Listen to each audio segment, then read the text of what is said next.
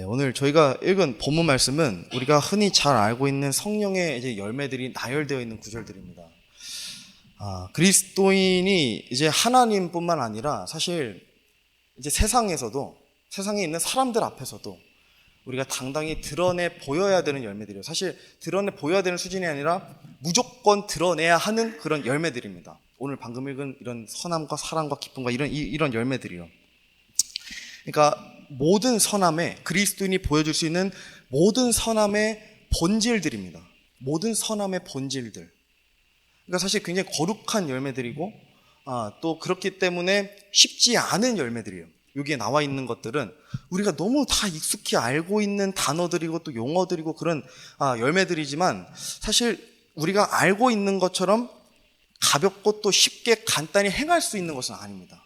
성령의 열매들이요. 여러분, 성령의 열매는 구원받은 사람이 좋던 싫던 내보일 수 있는 모습이 아닙니다. 사람이 예수를 믿고 이렇게 교회를 열심히 나가고 우리가 하나님을 믿고 따른다 하더라도 그냥 강제적으로 자동적으로 수동적으로 그냥 빵 하면 내보일 수 있는 그런 열매들이 아닙니다. 성령의 열매들은요. 이게 성령의 열매, 여기서 이제 그 카프로스라는 헬라어가 쓰였는데 이게 좀 입체적인 단어예요. 물론 여기에는 성령님께서 일하신다, 성령님께서 도우신다, 하나님께서 함께 하신다라는 의미도 포함되어 있긴 한데 동시에 사람의 책임과도 연관되어 있는 단어입니다. 그러니까 하나님께서 강제적으로 그냥 막 맺어주시는 열매라기보다 쉽게 정리해보면 성령님께서 어떤 열매들을 맺고 싶어 하시는데 하나님께서 우리가 어떤 열매들을 맺었으면 하시는데 거기에 대해서 반응하는 것은 전적으로 우리의 몫이라는 거예요. 전적으로 사람의 책임에 달려있다는 겁니다. 그래서 왜 열매를 맺지 못했는가? 하나님께서 도우시지 않으셔도도 아니고 성령님께서 안 계셔서도 아닙니다. 그분께서 가만히 잠잠고 계셔서도 아니고 우리가 이런 열매들, 이런 좋은 선한 모습들을 보이지 못하는 이유는 우리의 책임이라는 거예요. 우리의 책임. 우리가 반응하지 않기 때문에. 그죠? 반대로 성령님께서 이 오늘 읽은 이제 열매 개수가 9가지거든요. 그래서 성령의 9가지 열매라고 흔히 얘기하는데 이 9가지 열매들을 매 순간 매일 매달 365일 1년 내내 맺고 싶어 하셔서 어떠한 방법으로든 우리 안에서 막 찔림을 주시고 반응하게끔 하시고 또 막 어쨌든 그런 상황적으로 계속 외침을 주시는데 사람이 거기에 반응하지 않으면 이 성령의 열매를 맺을 수가 없습니다. 그러니까 우리가 알고 있는 사랑, 온유, 절제 이런 것들은 우리가 할 수 있는 거라기보다 정확히는 성령님께서 도우셔야만 가능한 일들이라는 거예요. 데살로니가전서 말씀에 이런 말씀이 있습니다. 성령을 억누르지 말라. 그거 아세요? 하나님께서는 한 번도 쉬신 적이 없어요. 그러니까 우리가 예수님을 믿고 난 이후의 모든 삶을 보면 지금까지의 삶을 돌이켜보면 성령님께서는 외치시지 않은 적이 한순간도 없습니다. 오늘 예배 아침부터 시작해서 또 어제도 마찬가지고 어제 저녁에도 마찬가지고 매일같이 그분께서는 우리에게 무언가를 알려주시려고 또는 우리가 뭔가에 반응하게끔 하시려고 계속 찔림을 주시고 뭔가 외치시는데 양심에 자극을 주시는데 문제는 사람이 종종 때때로 이 외침들을 무시할 때가 많습니다. 그러니까 이 외침들에 반응하지 않을 때가 많다는 거예요. 그래서 그것을 데살로니가전서에서 정확히 뭐라고 얘기하고 있어요? 성령을 억누르는 것으로 얘기하고 있습니다. 그러니까 성령을 억누르게 되면 어떠한 문제가 생기냐면요. 단순히 이 성령의 열매들을 맺지 못한다 수준이 아니라 성령을 억누르면 결국에 사람이 할 수 있는 건 한 가지밖에 없어요. 죄 짓는 거. 죄 짓는 거 외에는 사람이 할 수 있는 게 없습니다. 그래서 성령을 억누르지 말라는 것은 사도 바울이 굉장히 엄중한 경고를 날리는 거예요. 우리 안에 계신 성령님께서 자극을 주시고 반응하게끔 하시는 것들에 무시하지 말고 외면하지 말고 억누르지 말라. 너네한테 죄가 되니까. 그런 말씀이 또 있는 겁니다. 우리가 성령께 순종하든지 아니면 성령께 불순종하든지 두 가지 중에 하나를 선택해야 돼요. 그러니까 사람은 항상 그 선택의 기로에 서 있는 거예요. 그 믿음의 그러니까 구원받은 사람들은 내가 선한 행위를 할 것인가? 아니면 내가 내 뜻대로 할 것인가? 아니면 하나님의 뜻대로 할 것인가? 항상 그 기로 가운데 놓여 있는 거예요. 그러니까 이 선택의 연속인 거예요. 그리스도인은 사실 엄하나님의 뜻대로 할 것인가? 내 뜻대로 할 것인가? 근데 성경은 정확히 얘기하고 있습니다. 내 뜻대로 하는 것은 무조건 다 죄입니다. 너무 엄격하고 너무 오늘날 시대에 맞지 않은 말들이라고 생각할 수 있겠지만 사실 하나님 말씀 변한 적이 없어요. 과거에도 이랬고 앞으로도 그럴 것이고 지금도 마찬가지로 하나님께서는 딱 기준을 정해놓으신 겁니다. 내 뜻대로 하는 것은 무조건 죄가 된다. 그리고 여러분 혹시 기억하세요? 제가 저번 주에 그 온유함에 대해서 설교했는데 그 예수님께서 자신의 대표적인 성품이라고, 예수님께서 가지고 계신 두 가지 대표적인 모습 중에 하나가 온유였고 그리고 하나가 겸손이었어요. 겸손. 그러니까 정말 많은 모습들을 가지고 계신데 온유와 겸손을 딱 얘기하셨거든요. 그러니까 이 겸손은 엄청 중요하다라는 것을 우리가 좀 알 수 있습니다. 또한 우리가 뭐 너무 잘 알고 계시겠지만 성령의 열매는 겸손은 없지만 이 겸손이라는 것이 사실 뭐 우리가 지금 목요일마다 하고 있는 그 잠언에서도 그렇고 뭐 창세기에서도 그렇고 요한계시록에서도 그렇고 이 겸손한 자들에게 하나님께서 얼마나 많은 복을 더해 주시고 또 겸손한 자들, 스스로 낮추는 자들을 얼마나 기뻐하시고 그들을 안아주시는지 보면 이 겸손이라는 덕목은 엄청나게 중요한 가치를 지니고 있습니다. 그렇죠? 엄청나게 중요한 가치를 지니고 있어요. 야고보서 4장입니다. 그러나 그분께서 더 많은 은혜를 베푸시나니 그러므로 그분께서 이르시되 하나님은 교만한 자들을 물리치시나 겸손한 자들에게는 은혜를 베푸느니라 하시니라. 그죠? 교만한 자들은 물리치시는데 겸손한 자들에게는 은혜를 베푸신다. 전능자의 은혜를 받는다는 것은 여러분 보통 일이 아닙니다. 보통 은혜가 아닙니다. 우리 이웃 주민들이 우리에게 따스한 손길을 베풀어주는 정도가 아닙니다, 여러분. 그 정도가 아닙니다. 교만한 자들은 물리치신다. 이건 또 이제 성경의 용례에 따라서 하나님께서 자기 품에 두시지 않는다는 얘기입니다. 은혜와 긍휼을 거두신다는 의미예요. 그러니까 굉장히 무서운 말씀인 거죠. 그죠? 그러니까 겸손 정말 중요합니다. 그죠? 근데 그럼에도 불구하고 이 참 아이러니하지만 성령의 열매에는 겸손이 빠졌습니다. 그죠? 성령의 열매는 겸손이 빠져 있어요. 우리 성령의 열매, 그죠? 뭐가 있죠? 사랑과 기쁨과 화평과 오래 참음과 부드러움과 선함과 믿음과 온유와 절제니. 그러니까 딱 이 9가지인데 사실 이 중에 제일 중요한 게 어찌 보면 사랑과 겸손인 거잖아요.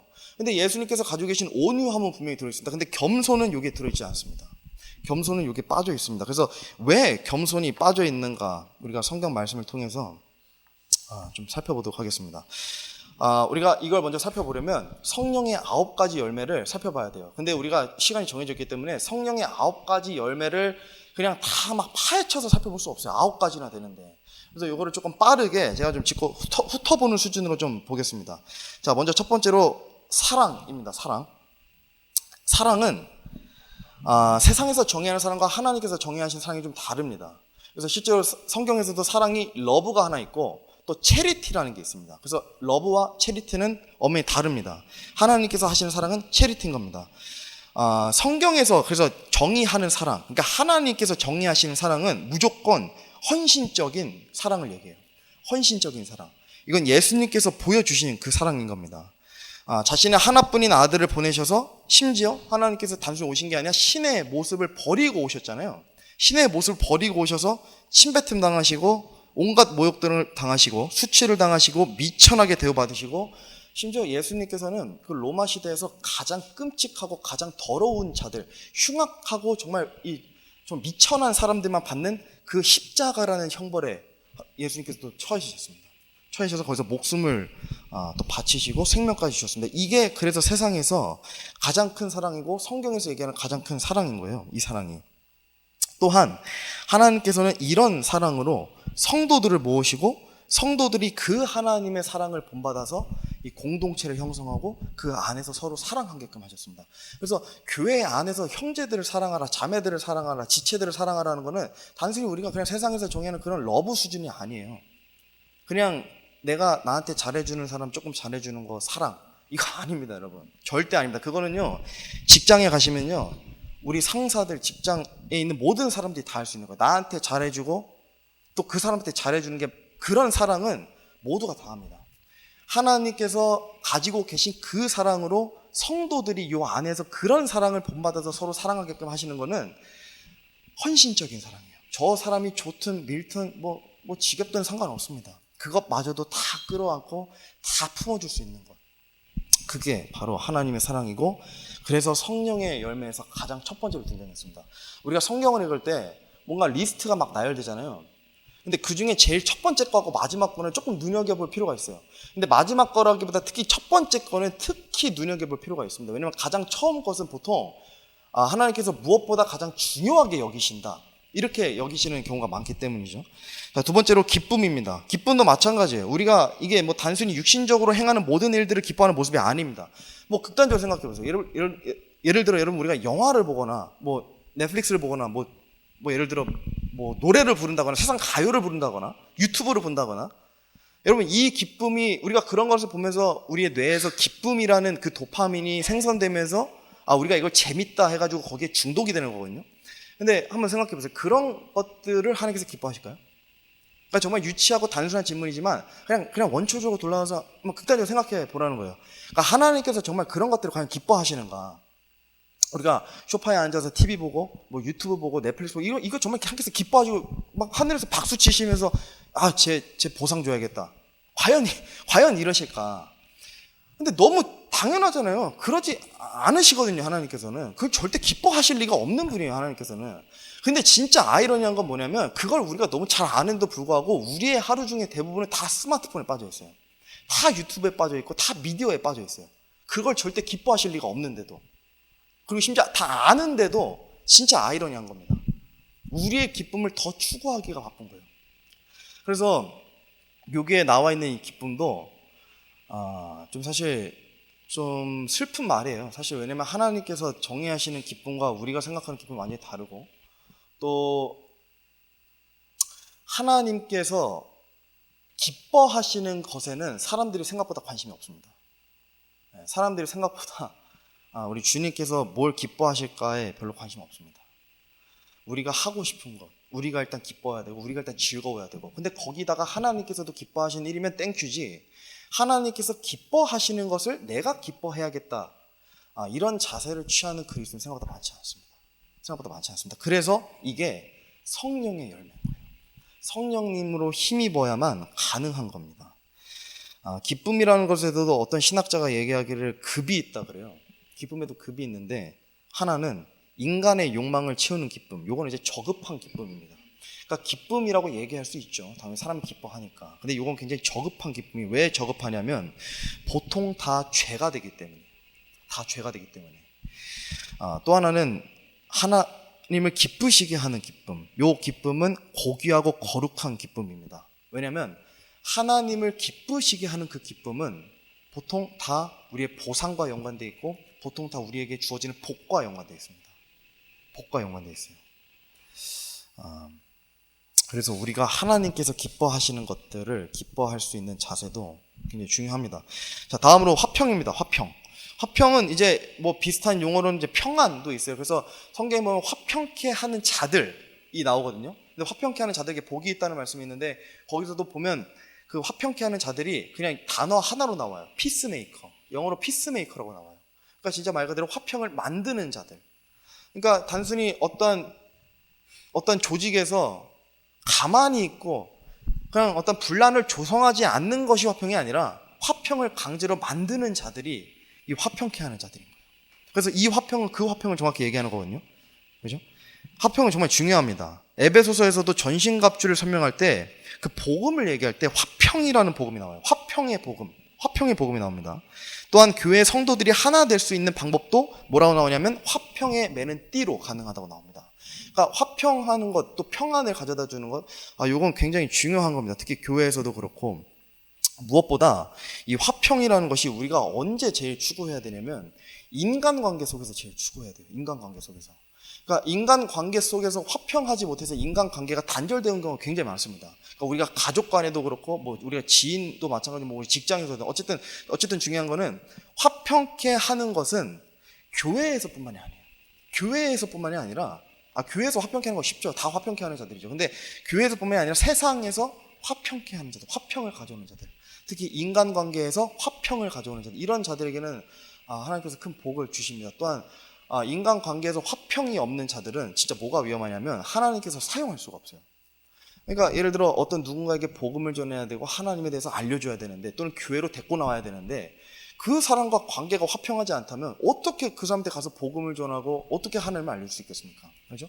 그래서 화평케 하는 자들, 요거 잘 기억하셔야 됩니다. 인간관계 속에서 화평을 가져다 오는 자들, 굉장히 중요합니다. 또 네 번째, 오래 참음입니다. 이게 오래 참음은 정말 할 말이 많지만 이게 이제 좀 짧게 설명하면 그냥 인내를 얘기하는 거죠. 인내. 그러니까 오래 참도 굉장히 중요해요. 하나님께서 성경에 보면 오래 참으시는 분이시고 또 인내하시는 하나님이시다라고 나오거든요. 이 오래 참다가 영어로 이제 long suffering인데, 요게 이제 웹스터 사전 가서 찾아보면 이게 킹 제임스가 쓰실 때 어떤 의미로 쓰였냐면 어떤 핍박과 고난에도 견딘다라는 뜻을 가지고 있어요. 그러니까 long suffering이니까 정말 큰 아픔과 고통도 내가 오랫동안 견디고 참는다라는 뜻을 가지고 있어요. 그죠? 오래 참음. 그냥 참는 것도 아닌데, 오래 참음입니다. 오래 참음. 오래 참음. 굉장히 중요합니다. 오래 참는 것도. 이것도 나중에 좀 시간이 되면 좀 살펴보겠습니다. 다섯 번째, 부드러움입니다. 제가 알기로 이게 킹 제임스가 처음에 이제 그 한국어로 번역됐을 때는 초판에는 제가 알기로 부드러움이라고 나왔어요. 향기로움이라고 나왔어요. 향기로움. 제가 알기로. 근데 어쨌든 부드러움이 좀 더 맞는 표현인 것 같습니다. 부드러움은 이제 자비롭다, 인자하다, 온화하다, 상냥하다, 친절하다, 뭐 이런 의미를 지니고 있습니다. 영어로도 이제 젠틀네스거든요. 그래서 우리가 젠틀맨 할 때도 좀 신사답다고 얘기할 때도 그 사람이 신사답다고 정의하는 이유가 이것 때문인가, 부드럽기 때문에. 우리 참 부드럽고 나이스한 사람 보면 우리가 참 젠틀맨이다 이렇게 얘기하는 것처럼, 이게 딱 그 얘기예요. 부드러움, 친절함을 얘기할 수 있는 겁니다. 이게 부드럽다, 친절하다도 그냥 우리가 단순히 부당하고 부정한 것들에도 그냥 참고 넘어간다, 온화하게 넘어간다가 아니라 이게 다른 사람을 섬기는 것과 깊은 연관이 있어요. 그러니까 자비롭고 온화하고 섬기는 마음이 있어서 내가 조금 힘들고 내가 조금 손해를 본다 하더라도 내 주위에 어떤 누군가에게 도움의 손길을 내는 것. 그러니까 이게 딱 부드러움의 이제 정의로 되어 있습니다. 그죠? 그래서 하나님께서 친절을 묘사할 때도 거의 보면 이런 모습들로 묘사가 돼요. 뭐 먼저 다가가서 도와주고 헌신해주고 봉사해주고 이런 사람들이 이제 부드럽다, 이렇게 보통 성경에서 여겨지기도 합니다. 그래서 또 예수님께서는 사실 부드러운 분이셨잖아요. 굉장히 부드러운 분이셨습니다. 예수님을 향해서 막 대적하고 욕하고 그런 사람들에게도 불구하고 예수님께서는 부드럽게 행하셨습니다. 자, 여섯 번째입니다. 선함입니다. 선함. 선함은 이제 하나님과 예수님의 대표적인 모습이자, 잘 들어보세요. 그리스도인임을 세상에 보여줄 수 있는 가장 대표적인 덕목이에요. 여러분, 기독교가 실제로 어떤 목사님이 연구를 했는데 기독교가 왜 그렇게 욕을 많이 먹는가? 그러니까 잘해도 욕 먹고 못해도 욕 먹는 게 기독교인데 왜 그렇게 욕을 많이 먹는가? 불교나 천주교도 그렇게까지는 안 먹는데. 그래서 그걸 막 연구하신 분이 있어요. 근데 그분이 어떤 결론을 내렸냐면 세상이 기독교에게 기대하는 바가 커서 그렇대요. 다른 종교들보다도 아직도 세상은 교회를 다니는 사람, 또 기독교라는 어떤 종교를 가지고 있는 사람에게 기대하는 바가 좀 있기 때문에, 좀 크기 때문에 조금만 잘해도 아쉬워하고 좀 못하면 그걸 엄청 질책하고 사회적으로 막 여론이 비난하고 이런다고 합니다. 기독교에게 거는 기대감이 크기 때문에. 근데 그 기대감이 어떤 기대감이냐면 이 선함이에요. 선함. 다른 게 아니에요. 그러니까 세상에서 기독교인에게 바라는 모습은 뭐냐면 다른 뭐 겸손하고 뭐 이런 것보다도 선한 모습, 선한 사람. 그러니까 이런 선한 모습을 가지고 있는 것을 이 기대값으로 여기는 거예요. 기독교인들에게. 그래서 선함은 사실 그리스도인이 또 세상에 보여줄 수 있는 가장 대표적인 모습이기도 합니다. 하나님의 선하심을 맛보고 그분의 선하심에 따라 우리가 누리고 있는 모든 삶의 복들에 감사하면서 우리 역시도 그런 선하심, 하나님의 선하심을 세상에 보여주고 나타낼 수 있어야 돼요. 근데 이게 중요한 거는 왜 이게 쉽지가 않냐면 이게 사실 큰 희생이 좀 따라요. 선함을 보여주면 세상에서는 그거를 좀 멍청하다고 여깁니다. 다소. 그러니까 좀 부질없다고도 여기고, 이게 사실 그렇잖아요. 세상에서 뭔가 선함을 보여준다는 건 내가 손해를 본다는 거잖아요. 내가 희생을 한다는 거기 때문에 사실 굉장히 어렵습니다. 어렵지만 그래서 우리가 좀 잘 깨달으셔야 되는 거는 성령의 열매는 우리가 세상에서 잘 먹고 잘 살기 위한 열매가 아닙니다. 우리가 세상에서 무슨 부귀영화를 누리고 인정받기 위해서 이런 모습이 아니라 하나님 앞에서 우리가 믿음의 열매, 우리의 믿음을 증명할 수 있는 열매이기 때문입니다.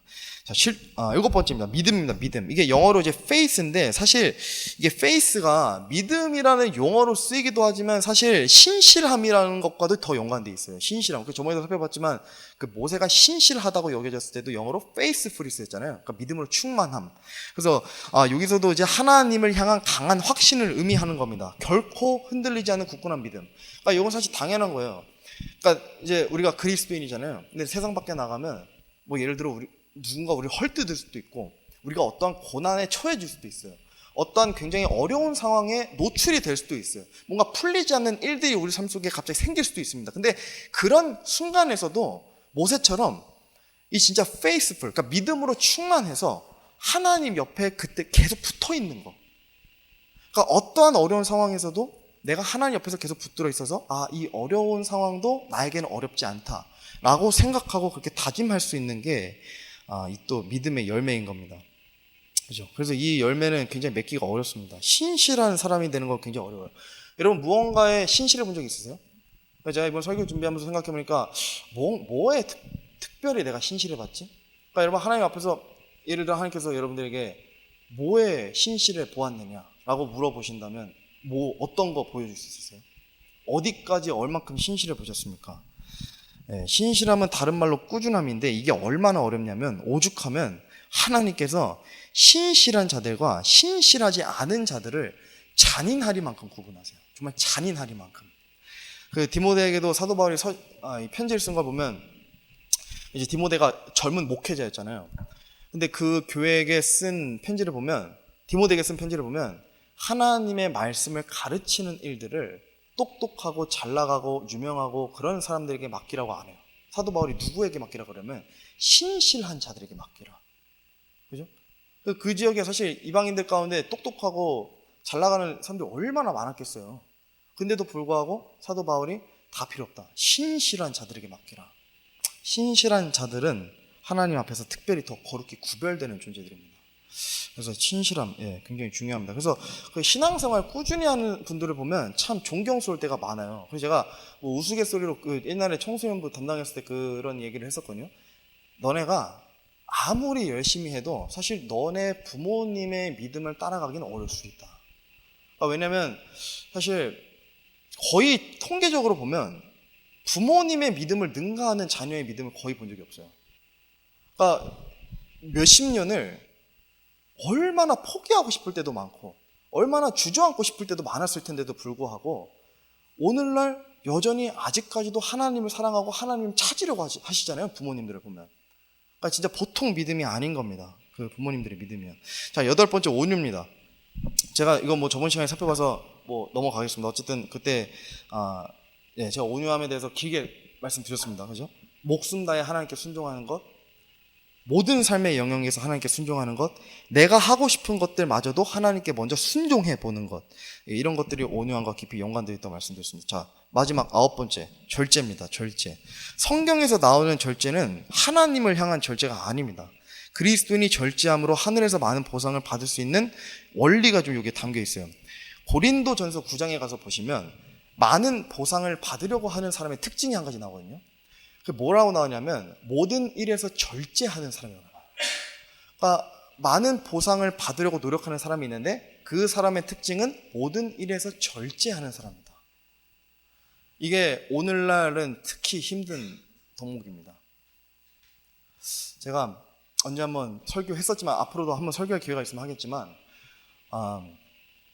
그러니까 절제는 뭐 우리가 물리적으로 절제하는 것도 있고 우리 내면으로도 절제해야 되는 것들이 있지만 지금 이제 통계를 보면 미국이 우리나라보다 그 개인 소득이 높거든요. 근데 소비 수준은 우리나라가 더 높아요. 1인 한 명으로 환산했을 때. 그러니까 뭐 근데 이거는 뭐 우리나라라서 그런 게 아니라 제가 중요하게 생각했던 건 뭐냐면 지금 전 세계적으로 사람들의 소비 습관이 늘고 있다는 거예요. 점진적으로. 지금 보세요. 저 어릴 때만 하더라도 구독이라는 개념 자체가 없었어요. 근데 구독 같은 거 지금 엄청 많이 하잖아요. 뭐 거의 다 구독이에요. 얼마 전도 뭐 스타벅스에서 구독 시스템 같은 거 뭐 만들었다 그러는데 구독할 것들도 너무 많고 구독 안 하면 또 볼 수 없는 것들도 너무 많아요. 그죠?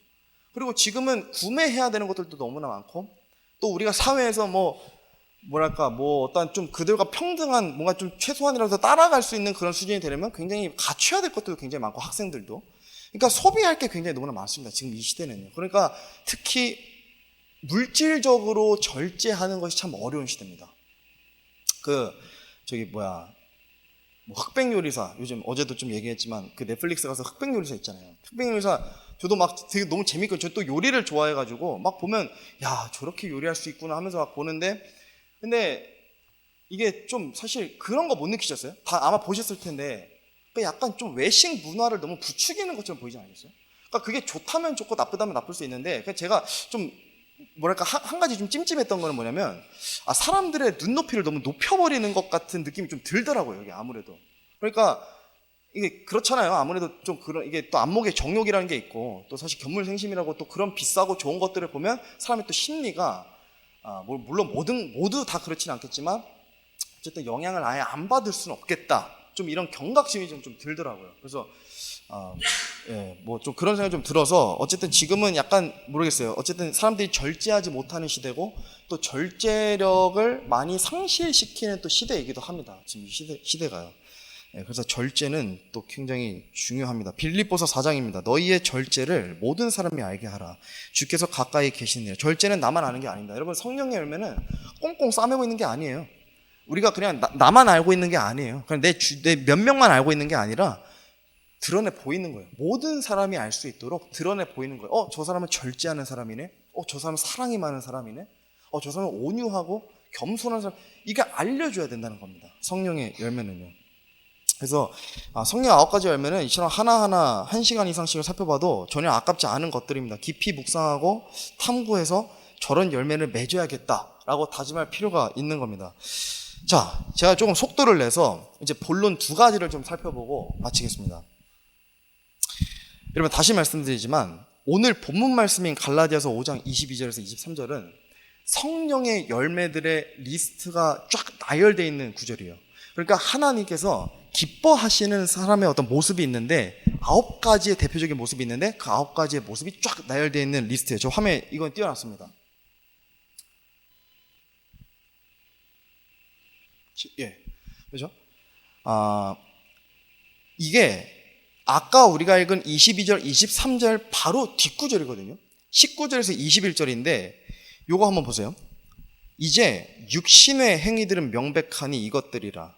곧 간음과 음행과 부정함과 세욕과 우상숭배와 마술과 증오와 불화와 경쟁과 진노와 다툼과 폭동과 이단파당과 시기와 살인과 술취함과 흥청됨과 또 그와 같은 것들이라. 내가 또한 전에 너희에게 말한 것 같이 이것들에 대하여 미리 말하노니 그런 일들을 행하는 자들은 결코 하나님의 왕국을 상속받지 못하리라.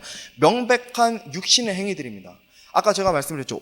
갈라디아서 5장 22절에서 23절 오늘 본문 말씀은 성령의 열매들이고, 여기에서 한 구절 뒤로 가면 육신의 명백한 행위들, 곧 악한 열매들이 나열되어 있습니다. 악한 열매들이요. 그러니까 예수님을 믿고 구원받고 크리스천이 되고 신자가 되었는데도 여전히 육신을 입고 이 땅을 살아가기 때문에 이런 열매들을 맺어갈 수 있다는 거예요.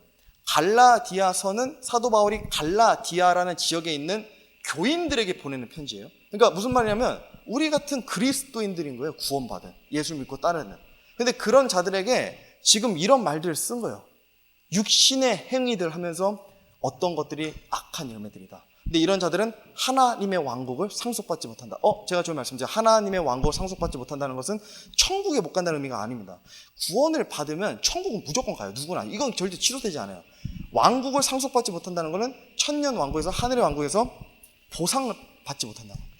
하나님께 보상을 상속받지 못한다는 겁니다. 그죠? 어떤 자들이요? 이런 것들을 일삼는 자들. 요게 해당 안 되세요? 정말 깨끗하세요? 이게 참 사실 큰 경각심이 드는 말씀이에요, 여러분. 육신의 명백한 행위들 하면서 지금 사도 바울이 이 리스트를 쫙 나열하잖아요. 그죠? 여러분, 이 악한 육신의 열매들은 크리스천이 언제 맺게 되는지 아세요? 우리가 성경으로 가서 보시면요, 요게 지금 나와 있는 이 육신의 명백한 행위들은 어디 구절을 찾아도 다 한 가지랑 연관되어 있어요. 한 가지랑. 또한 이것 한번 생각해 보세요.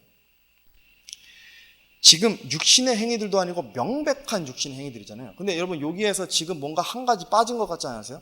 아, 우리가 생각할 때 육신의 명백한 행위, 이건 진짜 육신의 명백한 행위인데, 아, 이건 진짜 잘못됐는데 하는 거 한 가지가 빠졌습니다. 그죠?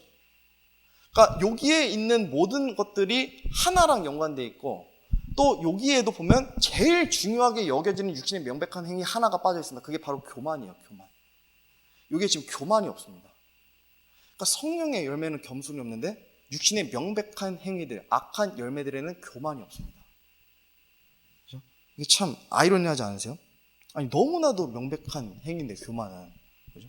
다른 것보다도 사실 제일 처음에 나와 있어야 되는 거예요. 교만은. 근데도 불구하고 교만이 빠져 있습니다. 중요하지 않아서가 아닙니다. 이게 왜 빠져 있는지를 좀 보고 넘어가면, 일단 세상에 이 교만이라는 것이 언제 어떻게 처음 시작되었는지를 보면 좀 우리가 이 실마리를 좀 찾을 수 있습니다. 이사야서 14장입니다. 13절에서 14절입니다. 너가 너 마음속으로 이르기를 내가 하늘로 올라가 내가 하나님의 별들 위로 내 왕자를 높이리라. 여기에서 지금 나오는 너는 사탄 루시퍼입니다. 또 내가 북쪽의 옆면들에 있는 회중의 산 위에 앉으리라. 내가 구름들이 있는 높은 곳 위로 올라가 내가 지극히 높으신 이와 같이 되리라 하였도다. 그러나 너는 끌려가 지옥으로 곧 그 구덩이의 옆면들로 내려가리로다. 사탄이라는 존재, 곧 루시퍼의 처음이 언급된 구절이에요. 원래는 천상의 존재 중 하나로서 하나님을 제일 가까이서 아련하던 자였습니다. 그룹들 중 한 명이었잖아요, 이 루시퍼가. 근데 그 루시퍼가 하나님을 대적하고 땅으로 떨어졌고 그를 사탄 마귀라고 부르고 있습니다. 여러분 한번 생각해 보세요. 하나님께서 루시퍼를 이 사악한 존재, 너 이제 땅으로 떨어져. 땅으로 떨어져. 너 추방. 근데 그 보면 너가 아까 나와 있던 것처럼 간음했기 때문에, 너가 음행했기 때문에, 너가 거짓말했기 때문에, 너가 살인했기 때문에, 너가 시기했기 때문에 너는 나를 대적했어. 너는 이제부터 사탄이야. 이렇게 얘기하시지 않았습니다. 루시퍼는 교만했기 때문에 땅으로 떨어졌어요. 스스로를 지극히 높으신 이와 같이 되리라 하나님께 선언했기 때문에 땅으로 떨어졌습니다. C.S. 루이스라고 아시죠? 그 이제 나니아 연대기에 쓴 작가이기도 하고 굉장히 믿음의 작가예요. 엄청 믿음이 좋은 작가인데, 이 작가님이, 저도 집에 뭐 책이 여러 권 있지만 그 중에 이제 읽어보니까 그 사탄에 대해서 쓴 책이 있거든요. 근데 이런 말을 했어요. 사탄인 것은 그가 악하기 때문이 아니다. 교만하기 때문이며 교만은 죄의 뿌리다. 악함은 죄인데 죄의 뿌리가 교만입니다. 그렇죠? 좀 실마리가 좀 보입니다. 그래서 사탄은 모든 피조물들 중에 가장 처음으로 불법한 존재고, 가장 처음으로 죄를 지은 존재고, 가장 처음으로 교만했던 존재입니다. 이사야서 말씀 다시 띄워주세요. 그냥 넘기시면 됩니다. 지금 13절, 14절 다시 잘 읽어보시면 여기에 지금 사탄이 하나님의 별들 위로 자신의 왕자를 높이려고 했다는 것을 알 수 있어요. 그죠? 하나님의 별들, 이 문맥에서는 천사들을 얘기해요. 근데 왜 사람은 없고 천사만 얘기하냐면 사람들이 이때는 없었어요. 그러니까 천사들만 있었기 때문에 하늘에서는 지금 그러니까 쉽게 생각하면 이때 당시 모든 피조물들 중에 내가 가장 높아져야겠다라고 생각한 존재가 이 사탄이라는 거예요. 왜냐하면 제가 이제 저번에도 이제 사탄의 존재에 대해서 한번 제가 언급한 적이 있는데, 사탄이 이제 음악을 담당하던 자였거든요, 하늘에서. 그러니까 천사들을 이제 막 하나님을 찬양하는데, 그 중에서 찬양을 이 대표하는 자였어요. 찬양 인도 같은 걸 했던 사람인가, 이 존재였던 것 같습니다, 이 사탄이. 이 표현들을 보면. 그래서 보니까, 나도 저렇게 좀 높임 받고 싶다. 나도 저렇게 좀 영광스럽고 영화스러운 존재가 돼야겠다. 라고 생각을 했습니다. 그래서 마음에서 불법이 발견돼가지고 이제 땅으로 떨어진 대목인 겁니다. 그죠? 그래서 14절에도 보면 지극히 높으신 이와 같이 되리라고 하였다 그러잖아요. 그러니까 이게 되게 중요한 건 뭐냐면, 사탄이 내가 마음속으로 그냥 나도 저렇게 한번 돼볼까? 나도 하나님처럼 저렇게 한번 돼보고 싶다. 높아져 보고 싶다. 인정받고 싶다. 이렇게 생각한 게 아니라, 사탄은 실제로 하나님을 향해서 내가 당신 머리 위에 서겠습니다. 내가 당신의 자리에 내가 앉아야겠습니다. 라고 뭐라 그래요? 같이 되리라 하였도다 그러죠. 생각에서 끝난 게 아니라 진짜 행동으로 옮긴 거예요, 사실 사탄은. 그죠? 직접적으로 도전했던 존재였습니다. 그래서 성경은 이것을 뭐라 그러냐면 교만이라 그래요, 교만. 그래서 사탄이 교만해서 땅으로 떨어진 겁니다. 에스겔서 28장입니다. 내 아름다움으로 인하여 내 마음이 높아졌으며 내 광채로 인하여 내가 내 지혜를 부패시켰은즉 내가 너를 땅에 던지고 왕들 앞에 두어 그들이 너를 바라보게 하리라. 에스겔서 28장도 마찬가지예요. 이게 사탄에 대해 증언하고 있는 구절입니다. 근데 이 구절에 기록되어 있는 것처럼 사탄이 마음이 높아짐으로 타락했다는 것을 알 수 있습니다. 마음이 높아졌다. 영어로 보면 lift up이에요. lift up은 웹스터 사전 가서 찾아보면 또 무슨 의미가 있냐면 교만함으로 부풀어 올랐다라는 거예요. 교만함으로 부풀어 올랐기 때문에 하나님을 향해서 내가 당신 위에 앉아야겠습니다. 내가 모든 별들 위로 내 왕좌를 높이겠습니다라고 선언할 수 있었다는 겁니다. 그러니까 사탄은 교만했기 때문에 모든 불법들의 아비가 될 수 있었고 모든 죄들의 아비가 될 수 있었던 겁니다. 교만했기 때문에. 잠언 16장입니다. 멸망에 앞서 교만이 나가면 넘어짐에 앞서 거만한 영이 있느니라. 멸망과 넘어짐은 같은 표현입니다. 따라서 교만과 거만한 영도 같은 표현이에요. 반복한 거예요. 솔로몬이 강조하기 위해서. 사람이 죄를 지어서 넘어질 때는 항상 뭐가 먼저 있다고요? 교만이 먼저 있다. 모든 죄들은 교만에서부터 시작됩니다. 모든 죄들은. 사람은 겸손하거나 교만하거나 둘 중 하나인데 겸손한 사람이 죄를 지을 수 없습니다. 성경의 원리에 따르면. 겸손한 사람이 멸망하고 넘어질 수 없습니다. 그렇죠? 교만은 모든 악의 뿌리와도 같습니다. 사람이 교만해지면 어떤 모습이든지 악한 행위가 반드시 나타납니다. 그래서 어떤 행위들이 나타나냐? 아까 읽었던 그 육신의 명백한 행위들, 그것들이 모두 사람이 교만함으로 나타난다는 거예요. 교만함으로. 갈라디아서 5장 19절 20절 제가 화면 다시 띄워놨습니다. 따라서 아까 지금 여기서 살펴보는 육신의 명백한 행위들의 교만에 빠진 이유는 교만이 뭐 덜 중요해서도 아니고 교만이 뭐 하나님께서 깜빡해서 빠뜨리신 것도 아닙니다. 교만은 이런 모든 악한 육신의 명백한 행위들이 나올 수 있는 토양이기 때문에 그렇습니다. 토양이기 때문에. 씨앗 같은 거예요. 씨앗 같은 거. 그죠? 씨앗 같은 거예요. 그래서 이미 크리스찬임에도 불구하고 하나님이 살아계신다는 것을 두려워하지 않고 그분 앞에서 거룩한 행실로 살아가지 않고 내가 지금 당장 오늘 이 순간에 내가 먼저 하고 싶은 것을 하기 바쁜 사람들의 상태가 교만한 사람들입니다. 그렇게 교만한 사람들은 어떤 모습이든지 저 중에 하나는 반드시 드러나게 되어 있습니다. 그래서 우리가 생각하는 교만과 또 하나님께서 생각하는 교만이 좀 달라요. 우리가 생각할 때 교만은 약간 막 거드렁대고 좀 이렇게 거만해 보이고 또 약간 좀 눈빛이 좀 높아 보이고 뭐 좀 뽐내고 자랑하는 사람들, 이런 사람들 우리가 교만하다 그러잖아요. 근데 하나님께서는 그런 사람들이 교만한 게 아니라 이런 행위들을 내뱉은 사람들이 교만하다고 여기시는 거예요. 그러니까 누가 되게 겸손해 보여요. 막 진짜 말도 없고 되게 온화해 보이고 그래 보여. 인간관계도 완만하고 되게 뭐 그렇다 하더라도 예를 들어 이 중에 하나라도 행한다면 그 사람은 교만한 사람입니다. 교만은 이렇게 쉽게 생각하시면 돼요. 하나님이 싫어하시는 행위를 하는 사람, 하나님을 대적하는 열매들을 맺는 사람이 교만한 사람이다. 여기에 있는 것들은 전부 하나님을 대적하는 행위입니다. 여러분들이 이 중에 하나라도 하신다면 우리가 모두 교만한 사람이고 우리가 모두 하나님을 대적하는 사람입니다. 우리가 하나님과 싸우는 사람인 거예요. 그래서 교만은 진짜 위험한 거예요. 정말 위험한 거예요. 교만에 있는 사람은 우리 눈엔 보이지 않지만 마음에 하나님께서 보실 때는 영적으로 어떤 문구가 쓰여져 있냐면 사람의 마음에 내가 당신과 싸우겠습니다 라는 말이 쓰여 있는 거예요. 이런 행위들을 일삼는다? 이렇게 생각하시면 돼요. 하나님과 계속해서 싸우는 사람, 하나님과 계속해서 싸우는 사람. 그러니까 루시퍼처럼 하나님 당신이 신이고 지극히 높으신 거 오케이 알겠습니다. 근데 나는 지금 내가 더 중요해요. 내가 지금 이 순간에는 내가 하나님보다 더 높아져야겠습니다. 내가 그래서 이런 행위들을 하겠습니다 하고 하는 사람들이 교만한 사람들입니다. 엄청 위험하고 이런 상태에 오래 노출되어 있는 사람은 삶에 평안이 없습니다. 하나님께서 긍휼을 베푸시지도 않습니다. 아까 우리 야고보서 말씀 봤잖아요. 겸손한 자들은 은혜와 복을 더해 주시는데 이런 행위들을 아직까지 끊어내지 못하고 이 중에 뭔가 하나는 계속 붙잡고 살아가는 사람들은 하나님께서 내치신다니까요. 하나님께서 품에 안고 토닥여 주시지 않는다니까요. 벌하시고 징계하시고 채찍으로 다스리십니다. 그래서 네, 이게 정말 위험한 겁니다. 자, 이제 마지막으로 볼 내용입니다. 겸손입니다. 겸손이 성령의 열매에서 빠진 이유도 마찬가지예요.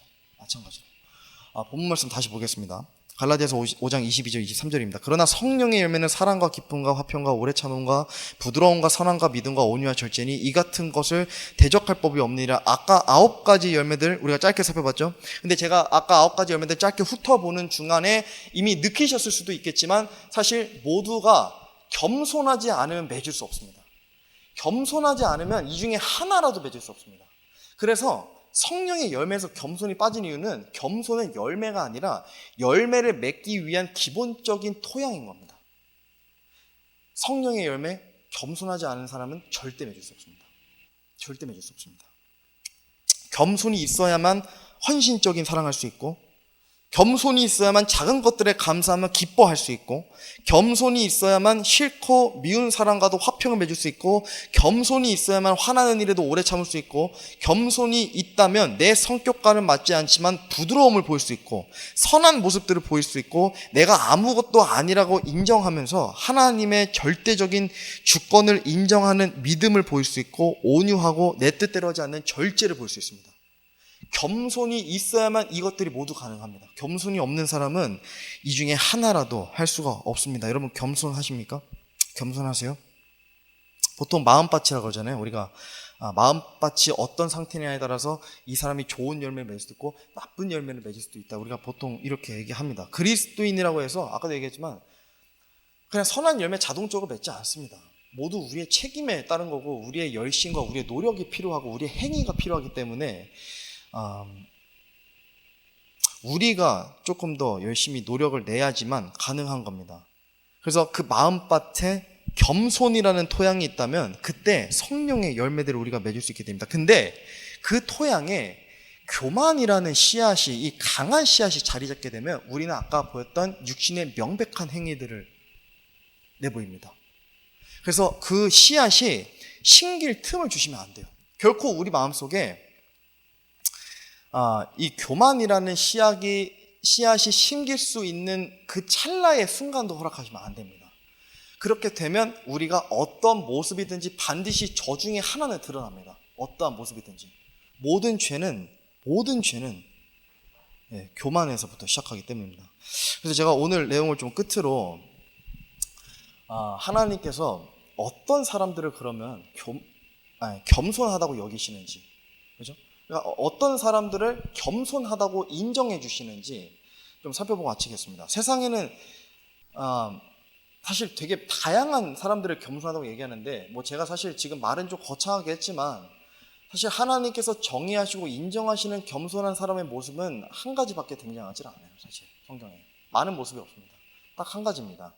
물론 세상엔 여러 가지 사람들을 향해서 우리가 겸손하다고 얘기하죠. 뭐 예를 들면 남을 존중하는 사람, 자기를 내세우지 않는 사람, 공손한 사람, 예의 바른 사람, 겸허한 사람 등등을 겸손하다고 얘기하지만 성경에서는 딱 한 사람, 딱 하나의 모습을 하고 있는 사람만 겸손하다고 인정받고 겸손한 사람이라고 하나님께서 칭해 주십니다.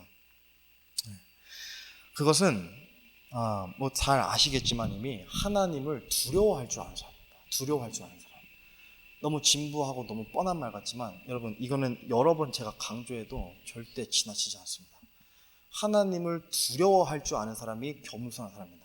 너무 잘 아시지만 사실 매일같이 하나님을 두려워하면서 사는 사람은 거의 없습니다. 매일같이 하나님을 두려워할 줄 아는 사람은 정말 성숙한 사람이고 정말 그 사람은 하나님께서 많은 복을 내려줘도 아깝지 않은 사람입니다.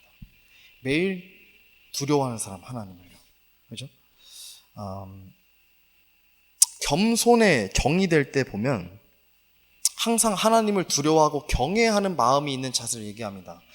이것 외에는 예외가 없는데 왜냐하면 하나님을 두려워할 줄 알아야 내가 내 권리를 내세울 줄 알아요. 우리가 인간이 죄를 짓는 원리는 생각보다 간단하거든요. 내가 내 권리를 더 주장하고 더 중요하게 여기기 때문이에요. 근데 하나님을 두려워하면 내가 내 권리를 내세울 것을 불편해하고 어려워해요. 그리고 두려워해요. 왜냐하면 이미 지극히 높으신 하나님을 두려워하고 있기 때문에. 근데 하나님을 두려워하지 않기 때문에 내 권리를 더 중요하게 여기는 거예요. 내가 화낼 권리, 내가 분노할 권리, 내가 짜증낼 권리, 그죠? 내가 기뻐하지 않을 권리, 내가 사랑하지 않을 권리, 내가 또한 겸손하지 않을 권리를 더 중요하게 여기는 거예요. 그래서 하나님을 두려워할 줄 아는 사람이 겸손하다는 것을 우리가 깨달을 수 있습니다. 그래서 몇 구절 좀 보면 이게 좀 더 확실히 와닿으실 겁니다. 베드로전서 5장 6절입니다. 그러므로 하나님의 강한 손 밑에서 스스로 겸손하라. 그리하면 정하신 때에 그분께서 너희를 높이시리라. 하나님께서 강제로 우리를 낮아지게 만드시는 것보다 하나님 앞에서 스스로 먼저 낮아지는 사람이 겸손한 사람입니다.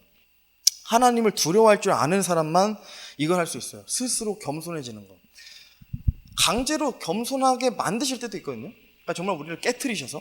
근데 사실 제가 전에도 한번 언급한 적이 있지만, 여러분 하나님 앞에서 깨지는 거 사실 되게 어떤 사람이 간증을 해서 제가 하나님 앞에서 이렇게 많이 깨졌습니다, 그래서 이런 사람이 됐습니다 하지만, 저는 그 사람도 되게 대단하다고 생각해요. 어쨌든 깨졌지만 하나님의 뜻에 의해서 다시 또 붙고 또 회복했다는 증거가 되니까. 근데 저는 사실 어떤 사람들이 참 부럽고 참 대단하다고 여겨지냐면 깨지지 않은 사람들.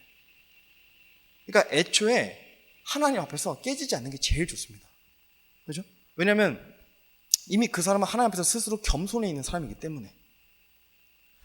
그래서 이걸 잘 기억하셨으면 좋겠는데, 또 시편입니다. 오 주여 일어나소서, 오 하나님이여 주의 손을 드시고 겸손한 자를 잊지 마옵소서. 가장 유명한 복음 전도자 중 한 명인 D.L. 무디가 이런 말을 했습니다. 하나님은 겸손한 자들을 결코 빈손으로 보내지 않으신다. 그죠? 결코 빈손으로 보내지 않으십니다. 하나님께서는 많은 선한 행위들을 기억하시고 그렇게 행한 사람들을 기억하고 잊지 아니하시지만, 그 사람들이 착한 행동을 해서 잊지 않으시는 게 아니에요. 그 사람들이 겸손한 사람들이기 때문에 결코 잊지 않으신다는 겁니다. 그죠? 마지막으로 하나 더 보겠습니다. 역대기야 12장인데요. 이게 좀 배경 설명을 하면, 이제 그 르호보암이라는 왕이 있잖아요. 그 르호보암이라는 왕이 남유다 왕국의 제일 첫 번째 왕이에요. 그러니까 이스라엘이 이제 솔로몬을 마지막으로 분열이 됐는데, 그 중에 남유다 왕국이라는 게 있거든요. 북이스라엘이 있고. 근데 남유다 왕국의 초대 왕이에요. 초대 왕. 솔로몬의 아들이에요, 르호보암은.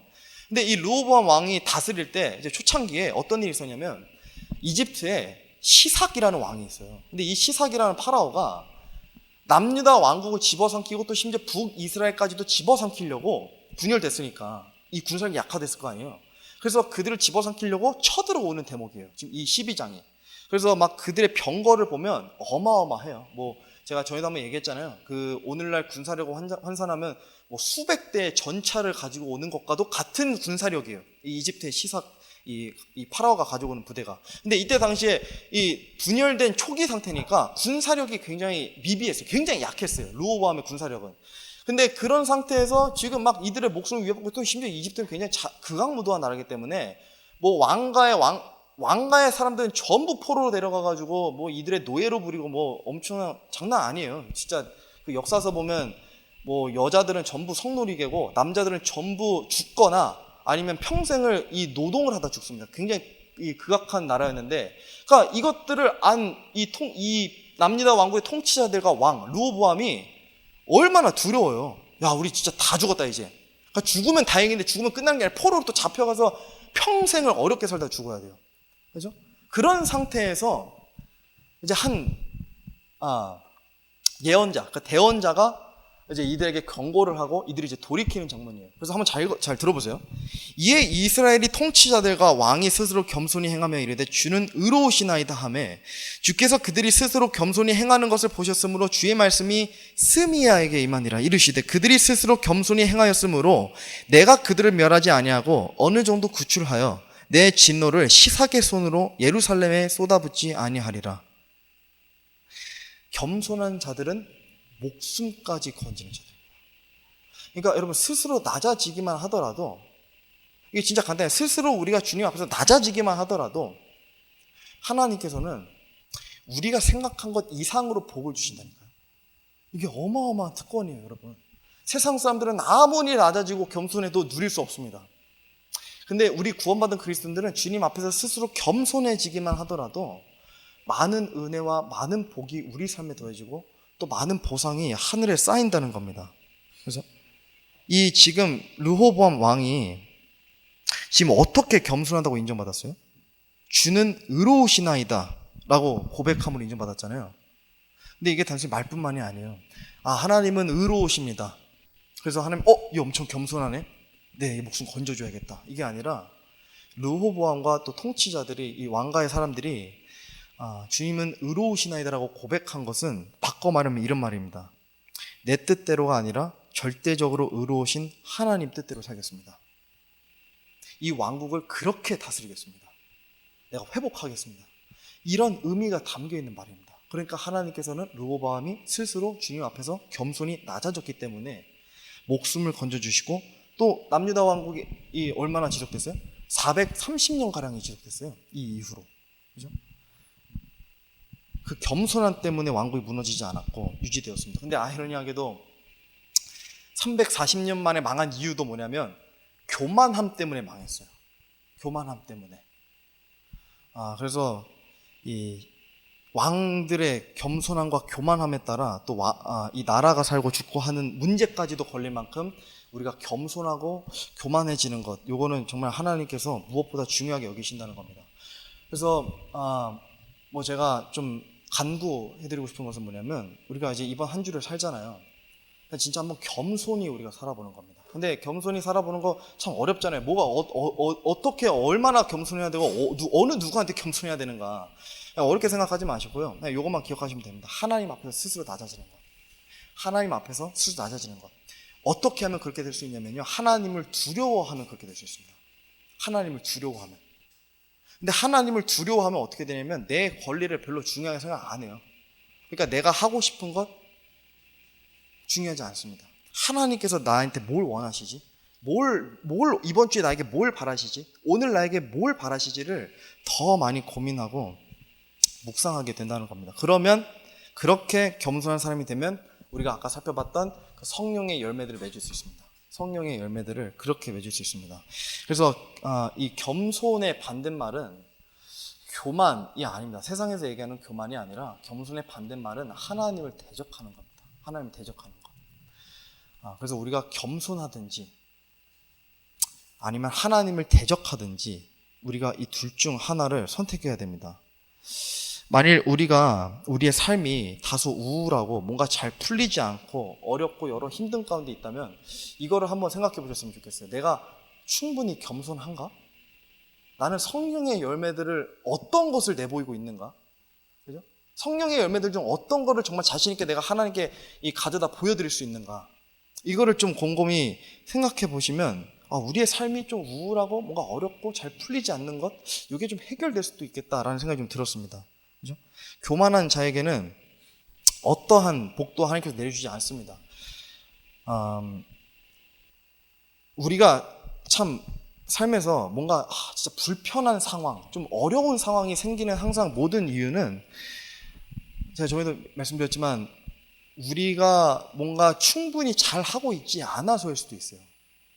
또는 우리가 너무 교만해져 있기 때문에 뭔가 이 하나님께서 복을 더해주지 않고 은혜를 베풀어 주지 않고 긍휼을 베풀어 주시지 않는 걸 수도 있습니다. 그래서 뭔가 문제를 자꾸 해결하려고 하기보다도 내가 하나님 앞에서 충분히 겸손한가? 또는 내가 하나님 앞에서 교만하진 않은가? 하나님께서 싫어하시는 행위들을 내가 하고 있진 않은가? 이런 것들을 우리가 좀 곰곰이 생각해보는 이번 한 주가 되었으면 좋겠습니다. 제가 기도하고 마치겠습니다.